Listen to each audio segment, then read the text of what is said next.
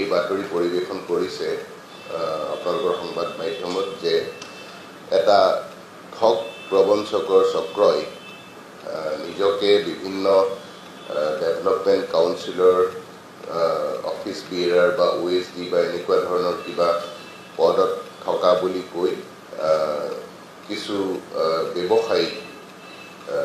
ঠগ প্ৰবঞ্চনা কৰিছে। এনেকুৱা ঘটনা প্ৰথম পোহৰলৈ আহিছিলে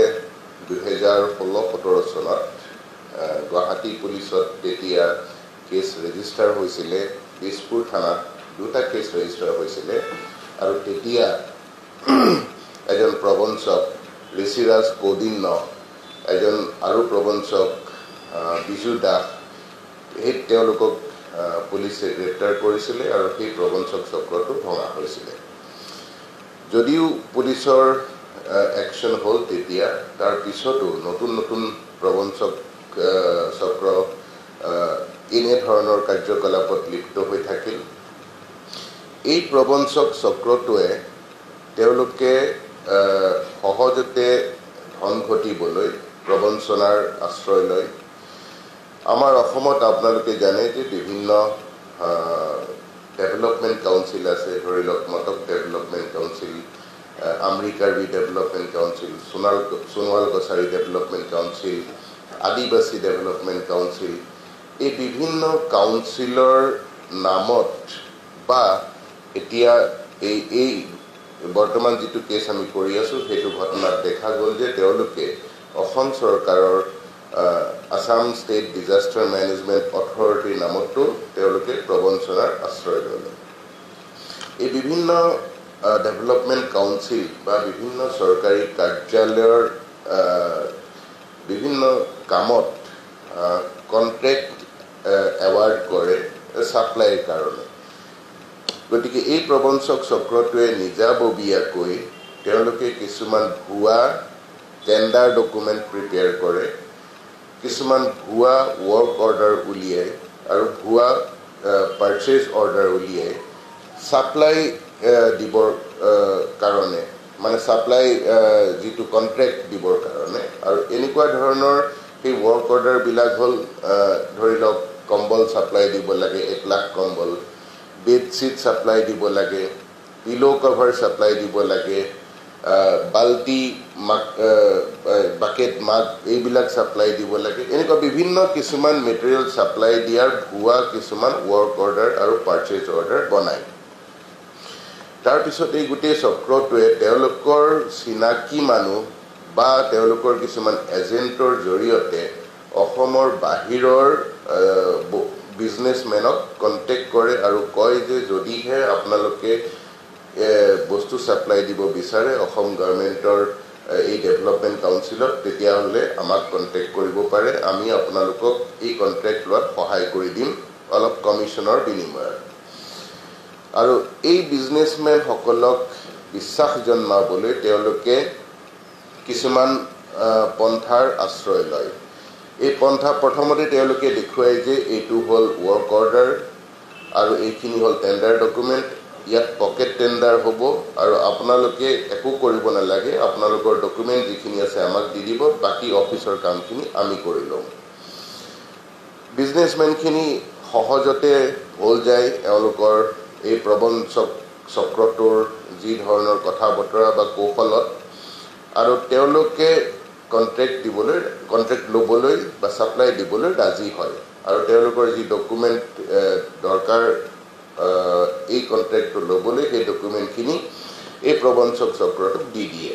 আৰু বহুতো ক্ষেত্ৰত এই প্ৰবঞ্চক চক্ৰটোৱে সেই বিজনেছমেনসকলক ভয় খুৱায় যে আপোনালোক ইয়াত আহিবৰ একো দৰকাৰ নাই, অসমখন অশান্ত, ইয়াত উগ্ৰপন্থী আছে, আপোনালোকক কিডনেপ কৰি লৈ যাব পাৰে। গতিকে বহুতো ব্যৱসায়ীয়ে গুৱাহাটীলৈ নহাকৈ বাহিৰৰ পৰাই এই ছাপ্লাই কণ্ট্ৰেক্টটো লৈ বস্তু ছাপ্লাই কৰে। যিখিনি গুৱাহাটীলৈ আহে সেই গুৱাহাটীলৈ অহা ব্যৱসায়ীসকলক বিশ্বাস জন্মাবলৈ এই প্ৰবঞ্চক চক্ৰটোৱে আৰু কিছু নাটক কৰে। প্ৰথমতে তেওঁলোকে যেতিয়া কোনোবা এজন ব্যৱসায়ী ইয়াত আহে ভেৰিফাই কৰিবলৈ, তেতিয়া মিনিষ্টাৰ কলনীৰ কেম্পাছৰ ভিতৰত লৈ যায় যে কোনো চৰকাৰী বিষয়া বা তেনেকুৱা কোনো ৰাজনীতিবিদৰ PS বা PA লগত ভুৱা মিটিং কৰাবলৈ এতিয়া ভুৱা মিটিং কেনেকৈ কৰায় এই প্ৰবঞ্চক চক্ৰটোৱে সেই বিজনেছমেনজনক মিনিষ্টাৰ কলনীৰ বাহিৰত ৰখাই তাৰ আগতে অলপ সময়ৰ আগতে তেওঁলোকৰে এজন কোনোবা সেই প্ৰবঞ্চক চক্ৰটোৰ মেম্বাৰ এজনক ভিতৰলৈ পঠাই দিয়ে আৰু কয় যে মিনিষ্টাৰ কলনীৰ আমুকটো বাংলোৰ ভিজিটৰ্ছ লাউঞ্জত গৈ বহি থাক আগতে এজন প্ৰবঞ্চক ভিতৰত সোমাই পিছত এই ব্যৱসায়ীজনক প্ৰবঞ্চক চক্ৰটোৰ এজনে লৈ যায় প্ৰথমতে যিজন গৈ আগৰ পৰা তাত ৰৈ আছিলে তেওঁ নিজকে চৰকাৰী চাকৰিয়াল বুলি চিনাকি দিয়ে আৰু কয় যে joint secretary government of Assam আৰু মিনিষ্টাৰ বাংলোৰ সেই ভিজিটৰ্ছ লাউঞ্জতে তেওঁলোকে মিটিং কৰা নিচিনা দেখুৱাই আৰু কয় যে আপোনাৰ যিটো কণ্ট্ৰেক্ট সেইটো কণ্ট্ৰেক্ট হৈ যাব মিনিষ্টাৰ ছাৰৰ লগত কথা হৈছে আমি চব কৰি দিম এই ব্যৱসায়ীজন ভুল হৈ এই কথাত ভুল যায় তাৰপিছত ছেক্ৰেটেৰিয়েটৰ ভিতৰত আৰু চৰকাৰী কৰ্মচাৰী বা চৰকাৰী বিষয়াৰ লগত ভুৱা মিটিং কৰাম বুলি ছেক্ৰেটেৰিয়েটৰ ভিতৰলৈ লৈ যায় এতিয়া ছেক্ৰেটেৰিয়েটৰ ভিতৰলৈ সোমাবলৈ হ'লে পাছৰ দৰকাৰ তেওঁলোকৰে দালাল তাত আছে সেই দালালে ছেক্ৰেটেৰিয়েটৰ ভিতৰলৈ সোমোৱাৰ যিটো প্ৰৱেশ পত্ৰ সেই প্ৰৱেশ পত্ৰ সংগ্ৰহ কৰি এই প্ৰবঞ্চক চক্ৰটোক দিয়ে যেতিয়া ভিতৰলৈ ব্যৱসায়ীজনক সোমোৱাই লৈ গ'ল তেতিয়া যিহেতু কাৰো চৰকাৰী বিষয়াৰ কথাত তেনেকৈ মিটিং কৰাটো সম্ভৱ নহয় কিন্তু ছেক্ৰেটেৰিয়েটৰ আমাৰ ভিতৰত কেইবাটাও এনেকুৱা ভিজিটৰ্ছ লাউঞ্জ বা কনফাৰেন্স ৰুম আছে গতিকে সেই কনফাৰেন্স ৰুমতে নি বহুৱাই ভিতৰত যিজন দালালে প্ৰৱেশ পত্ৰ উলিয়াই দিছিলে তেওঁ সেই কনফাৰেন্স ৰুমত বহুৱাই আৰু আকৌ এজন কোনোবা ভুৱা অফিচাৰ বনি তাত আহি কয় যে আপোনালোকৰ কামটো হৈ যাব চিন্তা কৰিব নালাগে আৰু তেওঁ নিজকে অসম চৰকাৰৰ এজন বিষয়া হিচাপে চিনাকি দিয়ে এই ব্যৱসায়ী যিজন ব্যৱসায়ী টাৰ্গেট হিচাপে থাকে সেই ব্যৱসায়ীজনৰ বিশ্বাস জন্মে যে মোক কণ্ট্ৰেক্টটো মানে দিয়াই দিব এইসকল বিষয়াই লগ খাই আৰু তেওঁ কণ্ট্ৰেক্টটো ছাপ্লাই দিবলৈ ৰাজি হয় এনেকুৱা মিটিঙতে ছাপ্লাই অৰ্ডাৰ আৰু পাৰ্চেজ অৰ্ডাৰ ইছ্যু কৰে ছাইন কৰি ব্যৱসায়ীজনক দি দিয়ে এই যিখিনি ছাপ্লাই অৰ্ডাৰ বা পাৰ্চেজ অৰ্ডাৰ দিয়ে গোটেইখিনি ভুৱা ডকুমেণ্ট এইখিনি এই প্ৰবঞ্চক চক্ৰটোৱে নিজেই বনাই লয় যেতিয়া ছাপ্লাই অৰ্ডাৰ পালে ছাপ্লাই অৰ্ডাৰ পোৱাৰ পিছত সেই ব্যৱসায়ীয়ে যিখিনি বস্তু ছাপ্লাই দিবলৈ কণ্ট্ৰেক্টটো আছিলে সেইখিনি বস্তু তেওঁলোকে লোড কৰি তেওঁলোকৰ অৰিজিন ধৰি লওক বেংগলোৰৰ পৰা বা নয়ডাৰ পৰা বা মিৰাটৰ পৰা সেইখিনি বস্তু পঠাই দিয়ে গুৱাহাটীলৈ আৰু গুৱাহাটীত এই প্ৰবঞ্চক চক্ৰটোৰ কোনোবা এজনে গৈ সেই বস্তুখিনি ৰিচিভ কৰে আৰু কোনোবা এটা গোডাউনত গৈ আনলোড কৰে সেইটো গোডাউন গুৱাহাটীতো হ'ব পাৰে কামৰূপতো হ'ব পাৰে বা বেলেগ জিলাতো হ'ব পাৰে আগতে আমি এনেকুৱা কেছত দেখিছোঁ যে গোগামুখতো এনেকুৱা বস্তু গৈ ডেলিভাৰী লৈছে এতিয়া বৰ্তমান যিটো কেছ আমি তদন্ত কৰি আছোঁ সেই কেছটোত দেখা গ'ল যে অসীম দাস যি নিজকে এটা ৰাজনৈতিক সংগঠনৰ লগত জড়িত বুলি দাবী কৰে আৰু তেওঁ আগতেও বেলেগ এটা দলৰ কিছু কোনো অৰ্গেনাইজেশ্যনৰ অফিচ বিয়াৰ আছিলোঁ বুলি দাবী কৰিছে সেই অসীম দাস এজন হ'ল মেইন প্লেয়াৰ এই প্ৰবঞ্চক চক্ৰটোৰ অসীম দাসে তেওঁলোকৰ এজেণ্ট নয়ডাত থকা তেওঁলোকৰ চিনাকি মানুহৰ জৰিয়তে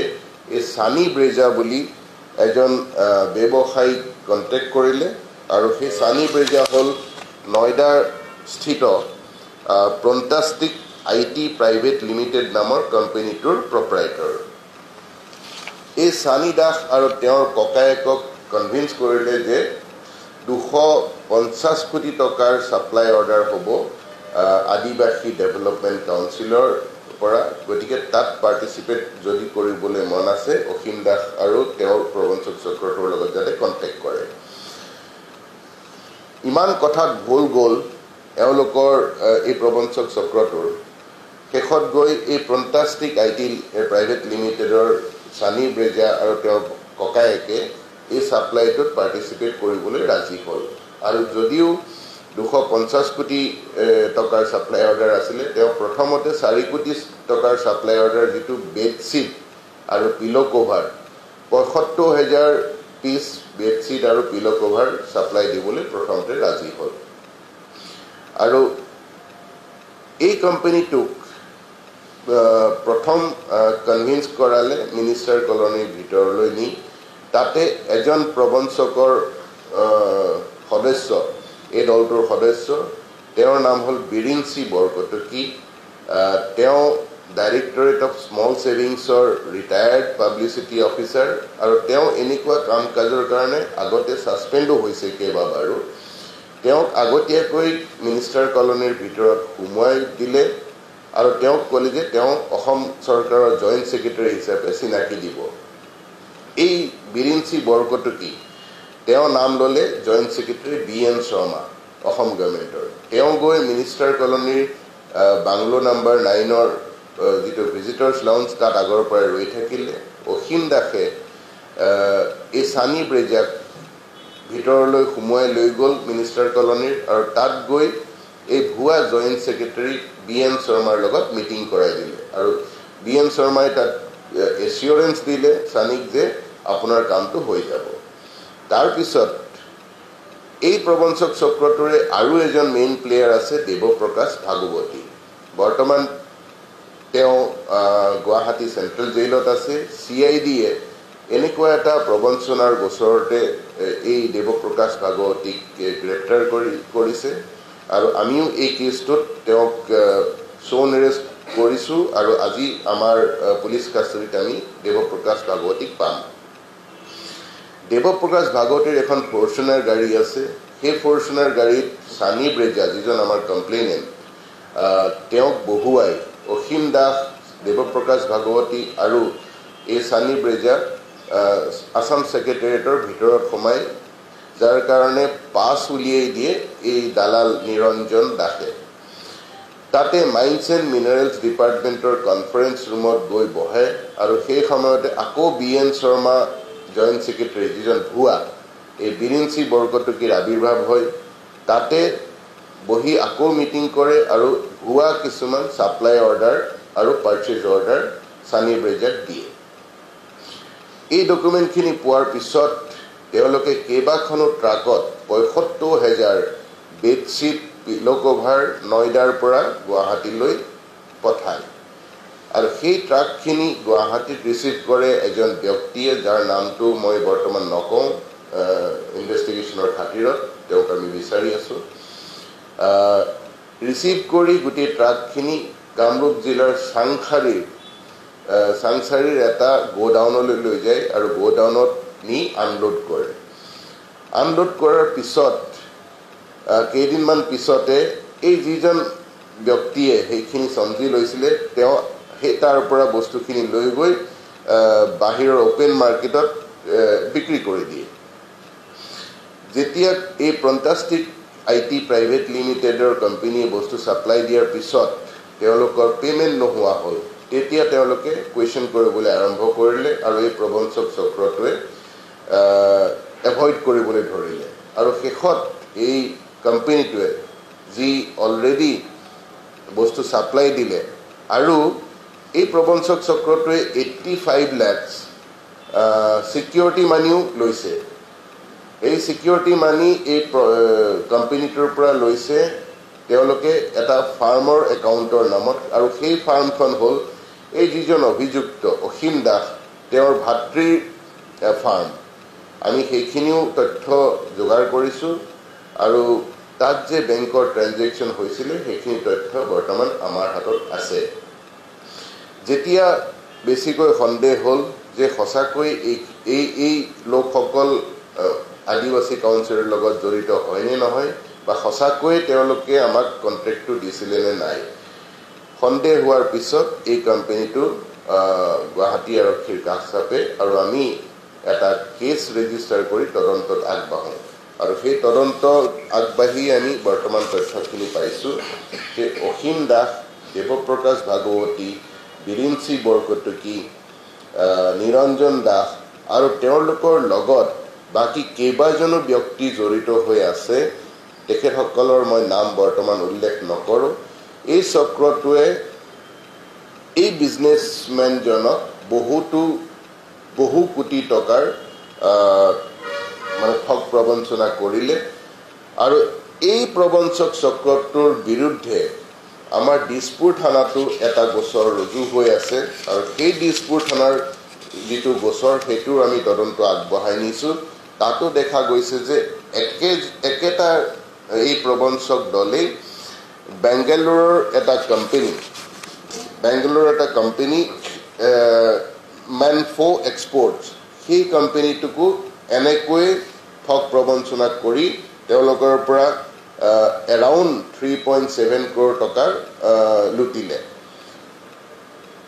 এতিয়া যিহেতু আপোনালোকৰ সংবাদ মাধ্যমৰ যোগেদি বিভিন্ন লোকসকলে গম পাইছে প্ৰবঞ্চক চক্ৰটোৰ বিষয়ে, এতিয়া আমাৰ ক্ৰাইম ব্ৰাঞ্চত কেইবাজনো এনেকুৱা ব্যৱসায়ী যি ঠগ খালে এই প্ৰবঞ্চক চক্ৰটোৰ দ্বাৰা, তেওঁলোকে আমাক এপ্ৰ'চ কৰিছে আৰু আমি তেওঁলোকক কৈছোঁ যে আপোনালোকে অভিযোগ যদি দাখিল কৰে বা কমপ্লেইন যদি আমাক দাখিল কৰে তেতিয়াহ'লে আমি ন্যায়সংগতভাৱে যিটো আমি তদন্ত কৰিব লাগে সেই তদন্তত আমি আগবাঢ়িম। এতিয়ালৈকে আমাৰ এই অসীম দাস, দেৱপ্ৰকাশ ভাগৱতী, নিৰঞ্জন দাস, বিৰিঞ্চি বৰকটকী আৰু বাকী অন্যান্যসকলৰ বিৰুদ্ধে বৰ্তমান 2টা কেছ আমাৰ তদন্তত আগবাঢ়িছে। ক্ৰাইম ব্ৰাঞ্চৰ কেছ নম্বৰ 13 আৰু দিছপুৰ থানাৰ আমাৰ কেছ নম্বৰ 182 এই বছৰৰ। তদন্ত আমাৰ বৰ্তমান প্ৰাৰম্ভিক পৰ্যায়তে আছে আৰু বহুতো দিশ চাব লগা আছে। এই প্ৰবঞ্চক চক্ৰটোৰ লগত যিসকল ব্যক্তি জড়িত হৈ আছে, আমি প্ৰতিজন এনেকুৱা এই প্ৰবঞ্চকৰ বিৰুদ্ধে ষ্ট্ৰং একশ্যন ল'ম।